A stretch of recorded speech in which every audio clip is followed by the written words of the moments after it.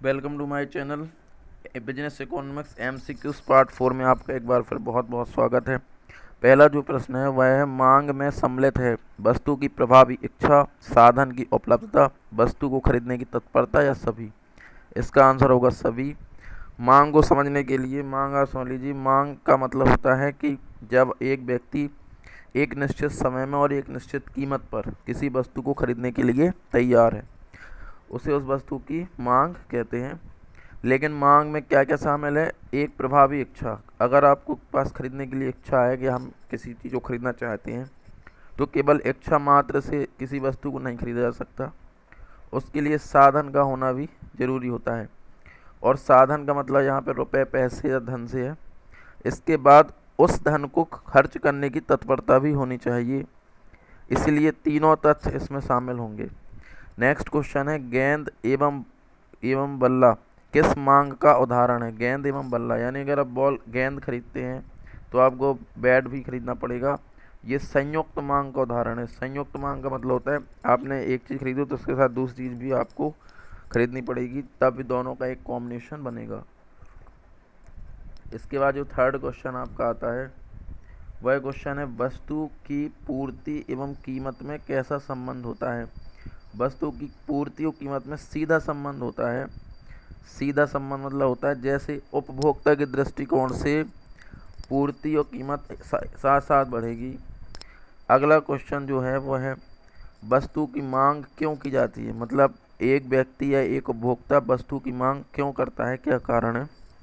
तो यहाँ पे बताना चाहूँगा उपयोगिता के कारण, आवश्यकता के कारण, उचित कीमत के कारण या सभी। तो इसका सही उत्तर है उपयोगिता के कारण।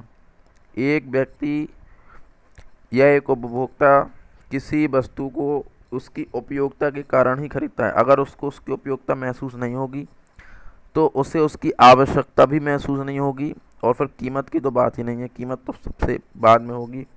अगर उसको उपयोगिता महसूस होती है तो वह निश्चित तौर पे उसको लेगा। नेक्स्ट जो क्वेश्चन आपका आता है वेरी मोस्ट क्वेश्चन है मांग फलन क्या है? What is demand function? तो डिमांड फंक्शन की अगर बात की जाए तो यहाँ पे पहला ऑप्शन है dx बराबर F P X P R Y. दूसरा dx बराबर एफ पी एक्स, dx बराबर F P X P R Y और टी, dx बराबर एफ पी आर वाई और टी। इसका सही उत्तर है सी, dx बराबर F P X P R Y और टी। यहाँ पर जो dx है, dx वो किसी वस्तु की डिमांड है, एफ मतलब फंक्शन, पी एक्स है किसी वस्तु की प्राइस, पी आर है संबंधित वस्तु की कीमत। संबंधित वस्तु की मतलब जैसे पूरक वस्तुएं हो गई और स्थानापन्न वस्तुएं हो गई, ये इसके अंदर आ जाएंगी। वाई जो है आपकी, वाई का मतलब होता है उपभोक्ता की आय। एक उपभोक्ता की आय कितनी है ये इसके अंदर आती है। और टी होती है उपभोक्ता की रुचि। तो यानी किसी वस्तु खरीदने के लिए इतनी चीज़ों की आवश्यकता होती है। फलन का मतलब है प्राइस और आपका रिलेटिव गुड्स क्या है उससे संबंधित, उपभोक्ता के पास आय है या नहीं है, और उसको खरीदने के लिए उसकी रुचि है या नहीं। ये मांग फलन है। कीमत फलन क्या होता है? कीमत फलन का उत्तर है ये बी, dx बराबर एफ पी एक्स। ऐसा क्यों? ऊपर अंतर क्या है?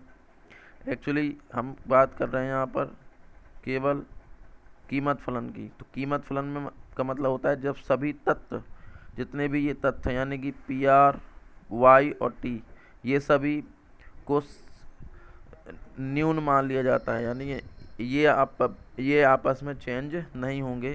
केवल जब प्राइस चेंज होती है और उसके अकॉर्डिंग मांग बढ़ जाती है, प्राइस के बदलने से अगर मांग बढ़ जाती है तो उसे कीमत मांग फलन कहते हैं। इसलिए इसका जब कीमत मांग आएगा तो उसका आंसर होगा dx बराबर है P x, only P x. तो ये थे कुछ इम्पोर्टेंट फैक्ट। इसके बाद हम लोग अगले सेशन में कुछ और महत्वपूर्ण प्रश्न लेके आएंगे। बहुत बहुत धन्यवाद।